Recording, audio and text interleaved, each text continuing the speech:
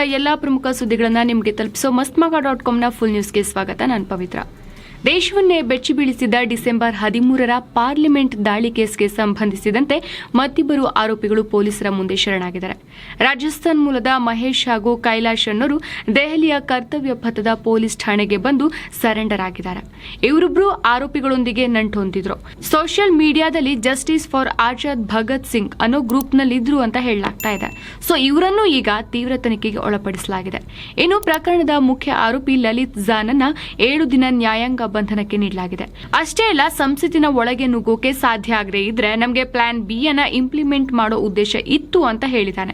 ಒಂದ್ ವೇಳೆ ನೀಲಂ ಹಾಗೂ ಅಮೋಲ್ ಸಂಸತ್ತಿಗೆ ರೀಚ್ ಆಗೋಕಾಗ್ಲಿಲ್ಲ ಅಂದ್ರೆ ಬೇರೆ ಮಾರ್ಗದಿಂದ ಸಂಸತ್ತಿನ ಇನ್ನೊಂದು ಗೇಟ್ ಬಳಿ ಬಣ್ಣದ ಸ್ಫೋಟಕವನ್ನ ಬಳಸೋಕೆ ಯೋಚಿಸಿದ್ವಿ, ಜೊತೆಗೆ ಮಾಧ್ಯಮ ಕ್ಯಾಮೆರಾಗಳ ಮುಂದೆ ಘೋಷಣೆಗಳನ್ನ ಕೂಗೋಕೆ ಪ್ಲಾನ್ ಮಾಡಲಾಗಿತ್ತು ಅಂತ ತನಿಖೆ ವೇಳೆ ಲಲಿತ್ ಬಾಯ್ಬಿಟ್ಟಿದ್ದಾರೆ.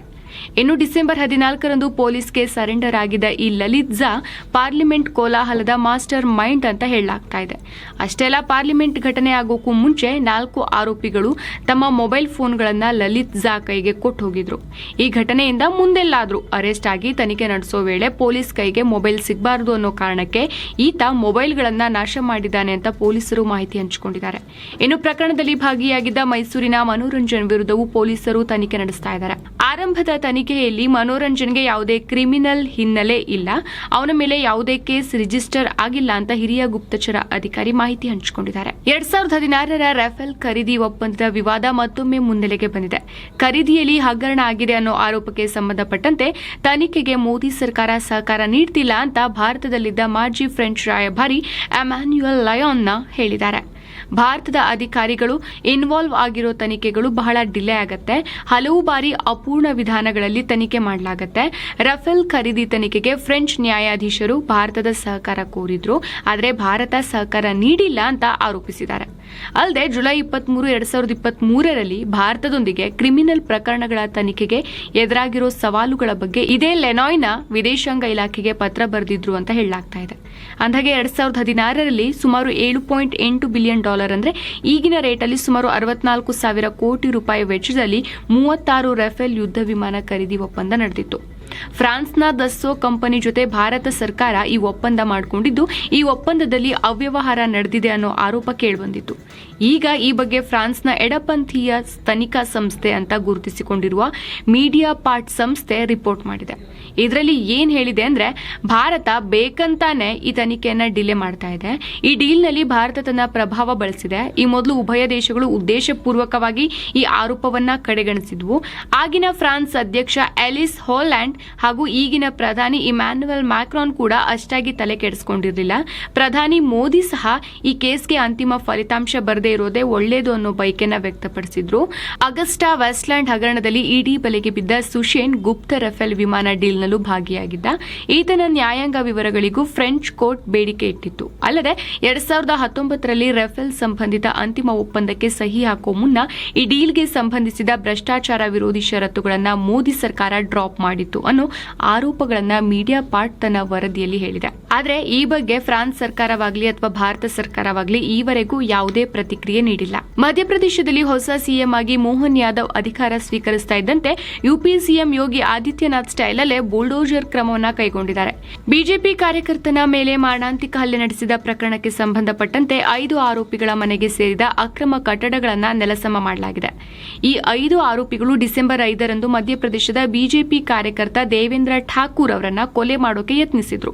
ತಕ್ಷಣನೇ ಸ್ಥಳೀಯ ನಿವಾಸಿಯೊಬ್ಬರು ದೇವೇಂದ್ರ ಅವರ ಸಹಾಯಕ್ಕೆ ಓಡೋಡಿ ಬಂದಿದ್ರು. ಈ ವೇಳೆ ಈ 5 ಆರೋಪಿಗಳು ಪರಾರಿಯಾಗಿದ್ದಾರೆ ಅಂತ ಪೊಲೀಸರು ಹೇಳಿದ್ದಾರೆ. ಡಿಸೆಂಬರ್ 6ರಂದು ಆರೋಪಿಗಳನ್ನ ಅರೆಸ್ಟ್ ಮಾಡಿ ಕೇಸ್ ರಿಜಿಸ್ಟರ್ ಮಾಡಲಾಗಿದೆ. ಭಾರತಕ್ಕೆ ಬೇಕಾದ ಉಗ್ರರು ಕೆನಡಾದಲ್ಲಿ ಏನ್ ಮಾಡ್ತಿದ್ದಾರೆ? ನಮ್ಮ ನ್ಯಾಯಾಂಗದ ಅಡಿಯಲ್ಲಿ ಆರೋಪ ಫೇಸ್ ಮಾಡ್ತಿರೋ ಈ ಉಗ್ರರಿಗೆ ಅಲ್ಲೇನ್ ಕೆಲಸ ಅಂತ ಗೃಹ ಸಚಿವ ಅಮಿತ್ ಶಾ ಕೆನಡಾ ವಿರುದ್ಧ ಗುಡುಗಿದ್ದಾರೆ. ಖಲಿಸ್ತಾನಿ ಉಗ್ರ ಹರ್ದೀಪ್ ಸಿಂಗ್ ನಿಜ್ಜರ್ ಕೊಲೆ ಕೇಸ್ನಲ್ಲಿ ಭಾರತದ ಕೈವಾಡ ಇದೆ ಅನ್ನೋ ಕೆನಡಾ ಪ್ರಧಾನಿ ಜಸ್ಟಿನ್ ಟ್ರೂಡೋ ಹೇಳಿಕೆಗೆ ಅಮಿತ್ ಶಾ ಪ್ರತಿಕ್ರಿಯಿಸಿದರು. ಭಾರತದಲ್ಲಿ ಇದ್ದುಕೊಂಡು ಬೇರೆ ದೇಶದ ಮೇಲೆ ಪಿತೂರಿ ಮಾಡೋದನ್ನ ನಾವು ತಡಿತೀವಿ. ಅದೇ ರೀತಿ ಬೇರೆ ದೇಶದಲ್ಲಿ ಇದ್ದು ಭಾರತದ ಮೇಲೆ ಸಂಚು ರೂಪಿಸೋದ್ರ ಬಗ್ಗೆ ಆ ದೇಶ ಕ್ರಮ ತಗೊಳ್ಬೇಕು ಅಂತ ಟ್ರೂಡೋಗೆ ವಾರ್ನಿಂಗ್ ಕೊಟ್ಟಿದ್ದಾರೆ. ಅಲ್ಲದೆ ವಿದೇಶಗಳಲ್ಲಿ ಹತ್ಯೆ ಮಾಡೋದು ಭಾರತದ ಪಾಲಿಸಿ ಅಲ್ಲ, ನಿಜ್ಜರ್ ಹತ್ಯೆಗೆ ಸಂಬಂಧಿಸಿದಂತೆ ಭಾರತ ಸರಿಯಾದ ರಾಜತಾಂತ್ರಿಕ ನಿಲುವನ್ನ ಹೊಂದಿದೆ ಅಂತ ಅಮಿತ್ ಶಾ ಹೇಳಿದ್ದಾರೆ. ಸಹಕಾರಿ ಬ್ಯಾಂಕ್ಗಳ ಸಾಲಗಳ ಮೇಲಿನ ಬಡ್ಡಿಯನ್ನ ರದ್ದು ಮಾಡೋದಾಗಿ ಸಿಎಂ ಸಿದ್ದರಾಮಯ್ಯನವರು ಘೋಷಿಸಿದ್ದಾರೆ. ಚಳಿಗಾಲದ ಅಧಿವೇಶನದ ಕೊನೆಯ ದಿನದಂದು ಸಿಎಂ ಈ ಹೇಳಿಕೆ ನೀಡಿದ್ದಾರೆ. ಮಧ್ಯಮಾವಧಿ ಹಾಗೂ ದೀರ್ಘಾವಧಿ ಸಾಲಗಳಿಗೆ ಸಂಬಂಧಿಸಿದಂತೆ ಸಮಯಕ್ಕೆ ಸರಿಯಾಗಿ ಸಾಲ ಮರುಪಾವತಿ ಮಾಡಿರೋರ ಬಡ್ಡಿ ಮನ್ನಾ ಆಗಲಿದೆ ಅಂತ ಹೇಳಿದ್ದಾರೆ. ಈ ನಡೆಯನ್ನ ಟೀಕಿಸಿರೋ ವಿರೋಧ ಪಕ್ಷದ ನಾಯಕ ಆರ್ ಅಶೋಕ್, ರೈತರು ಸರಿಯಾದ ಸಮಯಕ್ಕೆ ಸಾಲ ಕಟ್ಟಲ್ಲ, ನೀವು ಬಡ್ಡಿ ಮನ್ನಾ ಮಾಡಲ್ಲ, ಅದರ ಬದಲು 2 ಲಕ್ಷ ರೂಪಾಯಿವರೆಗೆ ಸಾಲವನ್ನೇ ಮನ್ನಾ ಮಾಡಿ ಅಂತ ಆಗ್ರಹಿಸಿದ್ದಾರೆ. ಯಾದಗಿರಿ ಜಿಲ್ಲೆಯ ಗ್ರಾಮವೊಂದರಿಂದ ಸ್ಯಾಟಲೈಟ್ ಫೋನ್ ಮೂಲಕ ಪಾಕ್ಗೆ ಕರೆ ಮಾಡಲಾಗಿದೆ ಅಂತ ಕೇಂದ್ರ ಗುಪ್ತಚರ ಇಲಾಖೆ ತಿಳಿಸಿದೆ. ಏಲಿನ ಶೆಳ್ಳಗಿ ಅನ್ನೋ ಗ್ರಾಮದಿಂದ ಕರೆ ಮಾಡಲಾಗಿದೆ ಅಂತ ಜಿಪಿಎಸ್ ಟ್ರ್ಯಾಕಿಂಗ್ನಿಂದ ತಿಳಿದು ಬಂದಿದೆ. ಸೆಪ್ಟೆಂಬರ್ 17ರಂದು ಬೆಳಗಿನ ಜಾವ 3 ಗಂಟೆಗೆ ಈ ಕರೆ ಮಾಡಲಾಗಿದೆ. ಹೀಗಾಗಿ ಮತ್ತೊಮ್ಮೆ ಈ ಭಾಗದಲ್ಲಿ ಉಗ್ರಗಾಮಿಗಳಿರುವಂತಹ ಶಂಕೆ ವ್ಯಕ್ತವಾಗಿದೆ. ಈ ಹಿಂದೆ 2021ರಲ್ಲೂ ಪಾಕ್ಗೆ ಯಾದಗಿರಿಯಿಂದ ಕರೆ ಹೋಗಿತ್ತು. ಮೋಸ್ಟ್ ವಾಂಟೆಡ್ ಉಗ್ರಗಾಮಿಗಳು 2014ರಲ್ಲಿ ಯಾದಗಿರಿಯಲ್ಲಿ ಆಶ್ರಯ ಪಡೆದಿದ್ರು. ಆಗ ರಾಷ್ಟ್ರೀಯ ತನಿಖಾ ಸಂಸ್ಥೆ NIA student Islamic movement of India SIMI ಸಂಬಂಧಿತ ಉಗ್ರ ಶೇಖ್ ಮೆಹಬೂಬ್ ಅಥವಾ ಗುಡ್ಡೂನನ್ನ ಅರೆಸ್ಟ್ ಮಾಡಿತ್ತು. ಈತ ಮಧ್ಯಪ್ರದೇಶದ ಖಾಂಡ್ವಾ ಜೈಲಿನಿಂದ ತಪ್ಪಿಸಿಕೊಂಡು ಯಾದಗಿರಿಯಲ್ಲಿ ಆಶ್ರಯ ಪಡೆದಿದ್ದ ಅಂತ ಗುಪ್ತಚರ ಸಂಸ್ಥೆಗಳು ವರದಿ ಮಾಡಿದ್ವು.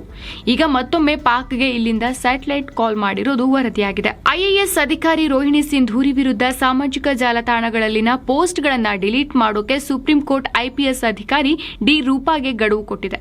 ರೋಹಿಣಿ ಸಿಂಧೂರಿ ರೂಪಾ ವಿರುದ್ಧ ಮಾನನಷ್ಟ ಮೊಕದ್ದಮೆ ಸಲ್ಲಿಸಿದ್ರು. ಈ ಅರ್ಜಿ ವಿಚಾರಣೆ ವೇಳೆ ಸುಪ್ರೀಂ ಕೋರ್ಟ್ ಡಿ ರೂಪಾಗೆ ನಿರ್ದೇಶನ ನೀಡಿದೆ. 24 ಗಂಟೆ ಒಳಗೆ ಎಲ್ಲಾ ಪೋಸ್ಟ್ಗಳು ಡಿಲೀಟ್ ಆಗಬೇಕು, ಇಲ್ಲ ಅಂತಂದ್ರೆ ಎಲ್ಲಾ ಕಮೆಂಟ್ಗಳನ್ನ ಹೇಳಿಕೆಗಳನ್ನ ವಾಪಸ್ ಪಡಿತೀನಿ ಅಂತ ಹೇಳಿ ಇನ್ನೊಂದು ಪೋಸ್ಟ್ ಹಾಕಿ ಅಂತ ಸುಪ್ರೀಂ ಕೋರ್ಟ್ ಸೂಚನೆ ನೀಡಿದೆ. ಅಂದಾಗೆ ಸುಪ್ರೀಂ ಕೋರ್ಟ್ ಮಧ್ಯಸ್ಥಿಕೆಯಲ್ಲಿ ವಿವಾದ ಬಗೆಹರಿಸಿಕೊಳ್ಳಿ ಅಂತ ಕೋರ್ಟ್ ಈ ಇಬ್ಬರು ಅಧಿಕಾರಿಗಳಿಗೆ ಬುಲಾವ್ ನೀಡಿತು. ಆದರೆ ಸಂಧಾನ ಫೇಲ್ ಆಗಿ ಸುಪ್ರೀಂ ಕೋರ್ಟ್ ಅಧಿಕಾರಿಗಳ ನಡೆಯ ಬಗ್ಗೆ ಬೇಸರ ವ್ಯಕ್ತಪಡಿಸಿದೆ. ಪ್ರಪಂಚದ ಪ್ರಾಚೀನ ನಾಗರಿಕತೆಗಳಲ್ಲಿ ಒಂದಾದ ಸಿಂಧೂ ನಾಗರಿಕತೆ ಅವನತಿ ಮೀಟಿಯೋರ್ ಶವರ್ ಅಥವಾ ಉಲ್ಕೆಗಳಿಂದಾಗಿದೆ ಅನ್ನೋ ಹೊಸ ಥಿಯರಿ ಮುನ್ನೆಲೆಗೆ ಬಂದಿದೆ. ಉಲ್ಕೆಗಳ ಭಾಗ ಅಂತ ಹೇಳಲಾಗ್ತಿರುವಂತಹ ಮೆಲ್ಟ್ ರಾಕ್ಗಳು ಅಂದ್ರೆ ಕರಗಿದ ಕಲ್ಲಿನ ಚೂರುಗಳು ಇದೀಗ ಗುಜರಾತ್ನ ಕಚ್ ಜಿಲ್ಲೆಯಲ್ಲಿ ಪತ್ತೆಯಾಗಿದೆ. ಕೇರಳ ವಿವಿಯ ಭೂವಿಜ್ಞಾನ ವಿಭಾಗದ ಸಂಶೋಧಕರ ಸತತ 4 ವರ್ಷಗಳ ಪರಿಶ್ರಮದ ಫಲ ಈಗ ಲಭಿಸಿದಂತಾಗಿದೆ. ಸಿಂಧೂ ನಾಗರಿಕತೆ ಕಾಲದಲ್ಲಿ ನಗರಗಳಲ್ಲೊಂದಾದಂಥ ಧೋಲಾವೀರಾದಿಂದ 200 ಕಿಲೋಮೀಟರ್ ದೂರದಲ್ಲಿರುವಂತಹ ಲೂನಾ ಗ್ರಾಮದ ಬಳಿ ಈ ಶಿಲೆಗಳು ಪತ್ತೆಯಾಗಿದೆ. ಈ ಉಲ್ಕಾ ಶಿಲೆಗಳು 6900 ವರ್ಷಗಳ ಹಿಂದೆ ಭೂಮಿಗೆ ಬಂದು ಅಪ್ಪಳಿಸಿದೆ ಅಂತ ರೇಡಿಯೋ ಕಾರ್ಬನ್ ಡೇಟಿಂಗ್ನಿಂದ ಗೊತ್ತಾಗಿದೆ. ಅಂದ್ರೆ ಸುಮಾರು ಕ್ರಿಸ್ತಪೂರ್ವ 4800ರ ಸಮಯದಲ್ಲಿ ಈ ಉಲ್ಕೆ ಬಿದ್ದಿರಬಹುದು ಅಂತ ಅಂದಾಜಿಸಲಾಗಿದೆ. ಇದು ಸಿಂಧೂ ನಾಗರಿಕತೆ ಪೀಕ್ನಲ್ಲಿದ್ದಂಥ ಸಮಯ. ಈ ಉಲ್ಕೆ ಅಪ್ಪಳಿಸಿದ ಪರಿಣಾಮ 2 ಕಿಲೋಮೀಟರ್ ಆಳದ ಗುಳಿ ನಿರ್ಮಾಣ ಆಗಿದೆ ಅಂತ ಹೇಳಲಾಗ್ತಾ ಇದೆ. ಅದೇ ಲೂನಾ ಕ್ರೇಟರ್. ಇದು ಸುಮಾರು 200ರಿಂದ 400 ಮೀಟರ್ ಅಗಲ ಇದೆ ಅಂತ ಕೇರಳ ಯೂನಿವರ್ಸಿಟಿಯ ಸಹ ಪ್ರಾಧ್ಯಾಪಕ ಸಂಜಯ್ ಕುಮಾರ್ ಮಾಹಿತಿ ನೀಡಿದ್ದಾರೆ. ಮಾಜಿ ಕ್ಯಾಪ್ಟನ್ ಅರ್ಜುನ ಆನೆ ಸಮಾಧಿ ಬಳಿ ಕಾಡಾನೆಗಳು ದಾಂಧಲೆ ಮಾಡಿದೆ. ಸಮಾಧಿ ಸುತ್ತ ಹಾಕಿದಂತ ತಂತಿ ಬೇಲಿಯನ್ನ ನಾಶ ಮಾಡಿ ಕಾಡಾನೆಗಳು ಸಮಾಧಿ ಮೇಲೆಲ್ಲ ಓಡಾಡಿದೆ. ಡಿಸೆಂಬರ್ 4ರಂದು ಅರ್ಜುನ ಆನೆ ಮೃತಪಟ್ಟ ಬಳಿಕ ಆತನನ್ನ ಹಾಸನದ ಸಕಲೇಶ್ಪುರ ಬಳಿಯ ದಬ್ಬಳ್ಳಿ ಕಟ್ಟೆ ಅರಣ್ಯ ಪ್ರದೇಶದಲ್ಲಿ ಮಣ್ಣು ಮಾಡಲಾಗಿತ್ತು. ಈಗ ಕಾಡಾನೆಗಳ ಹಿಂಡು ಅರ್ಜುನನ ಸಮಾಧಿ ಸುತ್ತ ಕಟ್ಟಿದ್ದ ತಂತಿ ಬೇಲಿಯನ್ನು ಕಿತ್ತೆಸೆದು ಸಮಾಧಿ ಮೇಲೆ ಓಡಾಡಿ ದಾಂಧಲೆ ನಡೆಸಿದೆ. ಬೆಳಗಾವಿಯ ವಂಟಮೂರಿ ಎಂಬಲ್ಲಿ ಮಹಿಳೆಯೊಬ್ಬಳನ್ನ ವಿವಸ್ತ್ರಗೊಳಿಸಿ ಹಲ್ಲೆ ಮಾಡಿರುವ ಘಟನೆಗೆ ಹೈಕೋರ್ಟ್ ಕಳವಳ ವ್ಯಕ್ತಪಡಿಸಿದೆ. ಈ ಕೃತ್ಯ ಮಹಾಭಾರತದ ದ್ರೌಪದಿ ವಸ್ತ್ರಾಪಹರಣಕ್ಕಿಂತನೂ ಕ್ರೂರ ಅಂತ ಕೋರ್ಟ್ ಅಭಿಪ್ರಾಯಪಟ್ಟಿದೆ. ಸ್ವಯಂ ಪ್ರೇರಿತ ಅರ್ಜಿ ವಿಚಾರಣೆ ವೇಳೆ ಸ್ವಾತಂತ್ರ್ಯ ಬಂದ ಮೇಲೂ ಇಂತಹ ಘಟನೆ ನಡೀತಿರೋದಕ್ಕೆ ನಾಚಿಕೆಯಿಂದ ತಲೆ ತಗ್ಗಿಸಬೇಕಾಗಿದೆ. ಸಂತ್ರಸ್ತೆಯನ್ನ ಮರಕ್ಕೆ ಕಟ್ಟಾಕಿದ್ದಾಗ ಪೊಲೀಸರು ಯಾಕೆ ಸ್ಥಳಕ್ಕೆ ಧಾವಿಸಲಿಲ್ಲ? ಇಂತಹ ಘಟನೆಗೆ ಅವಕಾಶ ಸಿಕ್ಕಿದ್ದಾದ್ರೂ ಹೇಗೆ ಅಂತ ಖಾರವಾಗಿ ಕೋರ್ಟ್ ಪ್ರಶ್ನಿಸಿದೆ. ಮಹಾಭಾರತದಲ್ಲಿ ದ್ರೌಪದಿ ವಸ್ತ್ರಾಪಹರಣದ ವೇಳೆ ಕೃಷ್ಣ ಸಹಾಯಕ್ಕೆ ಇದ್ದ, ಆದರೆ ಈ ಬಡ ಸಂತ್ರಸ್ತೆಗೆ ಯಾರೂ ಇರಲಿಲ್ಲ ಅಂತ ಹೈಕೋರ್ಟ್ ಅಸಮಾಧಾನ ವ್ಯಕ್ತಪಡಿಸಿದೆ. ಖಲಿಸ್ತಾನಿ ಉಗ್ರ ಪನ್ನೂನ್ ಹತ್ಯೆ ಸಂಚಿಗೆ ಸಂಬಂಧಿಸಿದಂತೆ ಪ್ರಕರಣದ ವಿಚಾರವಾಗಿ ಝೆಕ್ ರಿಪಬ್ಲಿಕ್ ನಿಖಿಲ್ ಗುಪ್ತಾ ಅವರನ್ನ ಅಕ್ರಮವಾಗಿ ಬಂಧಿಸಿದೆ ಅಂತ ಗುಪ್ತಾ ಫ್ಯಾಮಿಲಿ ಸುಪ್ರೀಂ ಕೋರ್ಟ್ ಮೆಟ್ಟಿಲೇರಿತ್ತು. ಈ ಸಂಬಂಧ ಸುಪ್ರೀಂ ಕೋರ್ಟ್ ಗುಪ್ತಾ ಫ್ಯಾಮಿಲಿಗೆ ಝೆಕ್ ನ್ಯಾಯಾಲಯದ ಮೊರೆ ಹೋಗುವಂತೆ ಸೂಚಿಸಿದೆ. ಗುಪ್ತಾ ಫ್ಯಾಮಿಲಿ ಸುಪ್ರೀಂ ಕೋರ್ಟ್ಗೆ ಸಲ್ಲಿಸಿದ ಮನವಿಯಲ್ಲಿ ಗುಪ್ತಾ ಅವರನ್ನ ಪ್ರೇಗ್ನಲ್ಲಿ ಬಂಧಿಸಲಾಗಿದ್ದು ಅವರ ಜೀವ ಅಪಾಯದಲ್ಲಿದೆ. ಈ ವಿಚಾರವಾಗಿ ಝೆಕ್ ಅಧಿಕಾರಿಗಳೊಂದಿಗೆ ಮಧ್ಯಸ್ಥಿಕೆ ವಹಿಸಲು ವಿದೇಶಾಂಗ ಇಲಾಖೆ ಹಾಗೂ ಗೃಹ ವ್ಯವಹಾರಗಳ ಸಚಿವಾಲಯಕ್ಕೆ ಡೈರೆಕ್ಷನ್ ನೀಡಿ ಅಂತ ಕುಟುಂಬಸ್ಥರು ಮನವಿ ಮಾಡಿಕೊಂಡಿದ್ದಾರೆ. ಉಗ್ರ ಪನ್ನೂನ್ ಹತ್ಯೆ ಸಂಚು ಆರೋಪವನ್ನ ಹೊತ್ತಿರೋ ನಿಖಿಲ್ ಗುಪ್ತಾ ಕಳೆದ ಜೂನ್ನಲ್ಲೇ ಅರೆಸ್ಟ್ ಆಗಿ ಝೆಕ್ ರಿಪಬ್ಲಿಕ್ ಜೈಲಿನಲ್ಲಿ ಬಂಧಿಯಾಗಿದ್ದಾರೆ. ಇನ್ನೊಂದು ಕಡೆ ಖಲಿಸ್ತಾನ್ ಚಳುವಳಿಗೆ ನಾವು ಸಪೋರ್ಟ್ ಮಾಡಲ್ಲ ಅಂತ ಪ್ರಮುಖ ಇಂಡೋ ಅಮೆರಿಕನ್ ಸಿಖ್ ನಾಯಕರೊಬ್ಬರು ಹೇಳಿಕೆ ನೀಡಿದ್ದಾರೆ. ಸಿಕ್ಸ್ ಆಫ್ ಅಮೆರಿಕಾ ಸಂಘಟನೆಯ ಜೆಸ್ಸಿ ಸಿಂಗ್ ಅವರು ಇಂಟರ್ವ್ಯೂ ಒಂದರಲ್ಲಿ ಮಾತಾಡುವಾಗ ಈ ರೀತಿ ಹೇಳಿಕೆ ಕೊಟ್ಟಿದ್ದಾರೆ. ಕಳೆದ ಸರ್ಕಾರಕ್ಕೆ ಹೋಲಿಸಿದ್ರೆ ಮೋದಿ ಸರ್ಕಾರ ಸಿಖ್ ಸಮುದಾಯಕ್ಕೆ ಸಾಕಷ್ಟು ಒಳ್ಳೆ ಕೆಲಸ ಮಾಡಿದೆ. ಇದರ ಬಗ್ಗೆ ಯಾವುದೇ ರೀತಿ ಡೌಟ್ ಇಲ್ಲ. ಆದರೆ ಇನ್ನೂ ಹಲವು ಸಿಖ್ಖರ ಸಮಸ್ಯೆಗಳಿಗೆ ಮೋದಿ ಸರ್ಕಾರ ಸ್ಪಂದಿಸಬೇಕಾಗಿದೆ. ಯಾವುದೇ ಮಧ್ಯವರ್ತಿಗಳು ಇನ್ವಾಲ್ವ್ ಆಗದೆ ಭಾರತ ಮತ್ತು ವಿಶ್ವದ ಸಿಖ್ ಸಮುದಾಯದೊಂದಿಗೆ ಮೋದಿ ಅವರು ನೇರವಾಗಿ ಮಾತಾಡಬೇಕು ಅಂತ ಹೇಳಿದ್ದಾರೆ. ಇದೇ ವೇಳೆ ಹೆಚ್ಚಿನ ಸಿಖ್ಖರು ಖಲಿಸ್ತಾನ್ ಚಳುವಳಿಗೆ ಸಪೋರ್ಟ್ ಮಾಡಲ್ಲ, ಎಲ್ಲೋ ಭಾರತ ಮತ್ತು ಅಮೆರಿಕದ ಅಲ್ಪ ಸ್ವಲ್ಪ ಜನರು ಈ ಚಳುವಳಿಗೆ ಸಪೋರ್ಟ್ ಮಾಡ್ತಾರೆ ಅಷ್ಟೇ ಅಂತ ಹೇಳಿದ್ದಾರೆ. ಉತ್ತರ ಪ್ರದೇಶದ ನ್ಯಾಯಾಧೀಶೆಯೊಬ್ಬರು ತಮಗೆ ಲೈಂಗಿಕ ಕಿರುಕುಳ ನೀಡಲಾಗಿದೆ ಅಂತ ಸುಪ್ರೀಂ ಕೋರ್ಟ್ ಮುಖ್ಯ ನ್ಯಾಯಾಧೀಶರಿಗೆ ಬರೆದಿರೋ ಪತ್ರ ವೈರಲ್ ಆಗಿದೆ. 2 ಪುಟಗಳ ಈ ಪತ್ರದಲ್ಲಿ ಯುವ ನ್ಯಾಯಾಧೀಶೆ ತಮಗಾದ ಕಹಿ ಅನುಭವಗಳ ಬಗ್ಗೆ ಬರೆದು ಅಳಲನ್ನ ತೋಡ್ಕೊಂಡಿದ್ದಾರೆ. ಅಲ್ಲದೆ ನನಗೆ ಆತ್ಮಹತ್ಯೆ ಮಾಡಿಕೊಳ್ಳೋಕೆ ಅನುಮತಿ ಕೊಡಿ ಅಂತ ಕೇಳಿರೋ ದಾರುಣ ಪ್ರಕರಣ ಇದಾಗಿದೆ. ನಾನು ಜನರಿಗೆ ನ್ಯಾಯ ಕೊಡೋಕೆ ಅಂತ ಈ ಸೇವೆಗೆ ಬಂದೆ, ಆದರೆ ನಾನೇ ನ್ಯಾಯಕ್ಕಾಗಿ ಬೇಡೋ ಸ್ಥಿತಿಗೆ ಬಂದಿದ್ದೇನೆ. ಓಪನ್ ಕೋರ್ಟ್ನ ವೇದಿಕೆಯಲ್ಲಿ ನನಗೆ ಅವಮಾನ ಮಾಡಿದ್ದಾರೆ, ಮಿತಿಮೀರಿದ ಲೈಂಗಿಕ ಕಿರುಕುಳ ನೀಡಿದ್ದಾರೆ, ರಾತ್ರಿ ವೇಳೆ ಸೀನಿಯರ್ ಅಧಿಕಾರಿಯನ್ನ ಭೇಟಿ ಮಾಡಿ ಅಂತ ನನ್ನನ್ನ ಕೇಳಿದ್ದಾರೆ. ಈ ಬಗ್ಗೆ ತನಿಖೆ ನಡೆಸಿ ಅಂತ ಕೇಳಿದಾಗ ನನಗೆ ನ್ಯಾಯ ಸಿಗಲಿಲ್ಲ. ನ್ಯಾಯಾಧೀಶೆಯಾದ ನನಗೆ ನ್ಯಾಯ ಪಡೆಯೋಕೆ ಆಗಲಿಲ್ಲ. ಇನ್ನು ಸಾಮಾನ್ಯ ಜನರ ಗತಿ ಏನು? ನನಗೆ ಬದುಕೋಕೆ ಇಷ್ಟ ಇಲ್ಲ, ಸಾಯೋಕೆ ಅನುಮತಿ ಕೊಡಿ ಅಂತ ಪತ್ರದಲ್ಲಿ ಹೇಳಿದ್ದಾರೆ. ಅಂದಾಗೆ ಅಲಹಾಬಾದ್ ಹೈಕೋರ್ಟ್ನ ಆಂತರಿಕ ದೂರುಗಳ ಸಮಿತಿ ಈ ಪ್ರಕರಣ ದಾಖಲಿಸಿಕೊಂಡಿದೆ ಅಂತ ಸುಪ್ರೀಂ ಕೋರ್ಟ್ ಸಂತ್ರಸ್ತ ನ್ಯಾಯಾಧೀಶರ ಮನವಿಯನ್ನ ನಿರಾಕರಿಸಿತ್ತು. ಆದರೆ ಈಗ ನೇರವಾಗಿ ಸಿಜೆಐ ಚಂದ್ರಚೂಡ್ಗೆ ಇವರು ಪತ್ರ ಬರೆದಿದ್ದಾರೆ. ಸಿಜೆಐ ಈ ಪ್ರಕರಣದ ಬಗ್ಗೆ ವರದಿ ನೀಡುವಂತೆ ಅಲಹಾಬಾದ್ ಹೈಕೋರ್ಟ್ಗೆ ಸೂಚನೆ ನೀಡಿದ್ದಾರೆ. ತಮಿಳುನಾಡು ಮೂಲದ ಮಹಿಳೆ ಹಿಂದಿ ಗೊತ್ತಿಲ್ಲ ಅಂತ ಹೇಳಿದಕ್ಕೆ ಸಿಐಎಸ್ಎಫ್ ಸಿಬ್ಬಂದಿ ಅಪಹಾಸ್ಯ ಮಾಡಿರೋ ಘಟನೆ ಗೋವಾದ ಡಾಬೋಲಿಂ ಏರ್ಪೋರ್ಟ್ನಲ್ಲಿ ನಡೆದಿದೆ. ಈ ಬಗ್ಗೆ ಕೆಂಡವಾಗಿರುವ ತಮಿಳುನಾಡು ಸಿಎಂ ಎಂಕೆ ಸ್ಟಾಲಿನ್ ಇದು ಕೇಂದ್ರ ಸರ್ಕಾರದ ವ್ಯವಸ್ಥಿತವಾದ ಹಿಂದಿ ಹೇರಿಕೆಯನ್ನು ತೋರಿಸುತ್ತೆ ಅಂತ ಕಿಡಿಕಾರಿದ್ದಾರೆ. ಶರ್ಮಿಳಾ ರಾಜಶೇಖರ್ ಅನ್ನೋ ಮಹಿಳೆಗೆ ಗೋವಾ ಏರ್ಪೋರ್ಟ್ನಲ್ಲಿದ್ದ ಸಿಐಎಸ್ಎಫ್ ಅಧಿಕಾರಿಗಳು ತಪಾಸಣೆ ವೇಳೆ ಹಿಂದಿಯಲ್ಲಿ ಸೂಚನೆ ನೀಡಿದ್ದಾರೆ.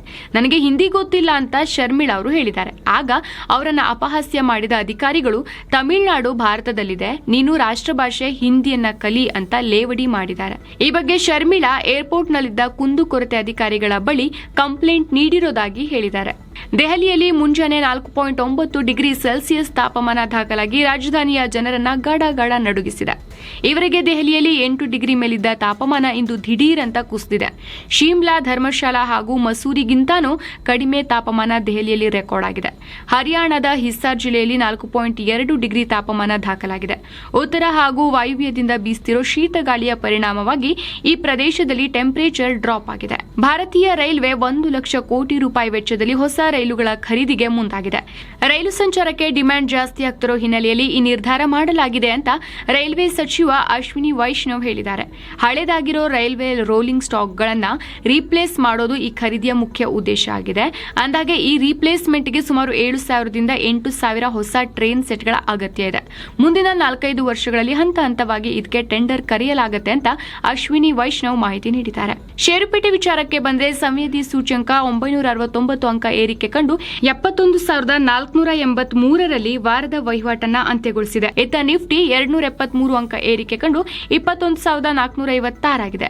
ಡಾಲರ್ ಮುಂದೆ ರೂಪಾಯಿ ಮೌಲ್ಯ 29 ಪೈಸೆ ಏರಿಕೆ ಕಂಡು 83.01 ಪೈಸೆ ಆಗಿದೆ. ಇನ್ನು ಚಿನ್ನ ಬೆಳ್ಳಿ ವಿಚಾರಕ್ಕೆ ಬಂದ್ರೆ 24 ಕ್ಯಾರೆಟ್ನ 10 ಗ್ರಾಂ ಚಿನ್ನದ ಬೆಲೆಯಲ್ಲಿ 29 ರೂಪಾಯಿ ಕಡಿಮೆಯಾಗಿ 62,367 ರೂಪಾಯಿ ಆಗಿದೆ.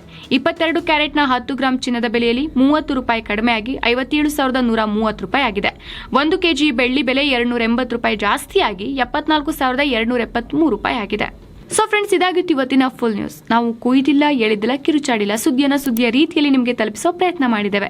ನಮ್ಮ ಈ ಪ್ರಯತ್ನ ನಿಮಗೆ ಇಷ್ಟ ಆಗ್ತಾ ಇದ್ರೆ ನಮ್ಮ ಚಾನಲ್ಗೆ ಸಬ್ಸ್ಕ್ರೈಬ್ ಮಾಡಿ, ಹಾಗೆ ಪಕ್ಕದಲ್ಲಿರುವಂತಹ ಬೆಲ್ ಐಕಾನ್ ಕ್ಲಿಕ್ ಮಾಡೋದನ್ನು ಯಾವುದೇ ಕಾರಣಕ್ಕೂ ಮರಿಬೇಡಿ. ನಮಸ್ಕಾರ.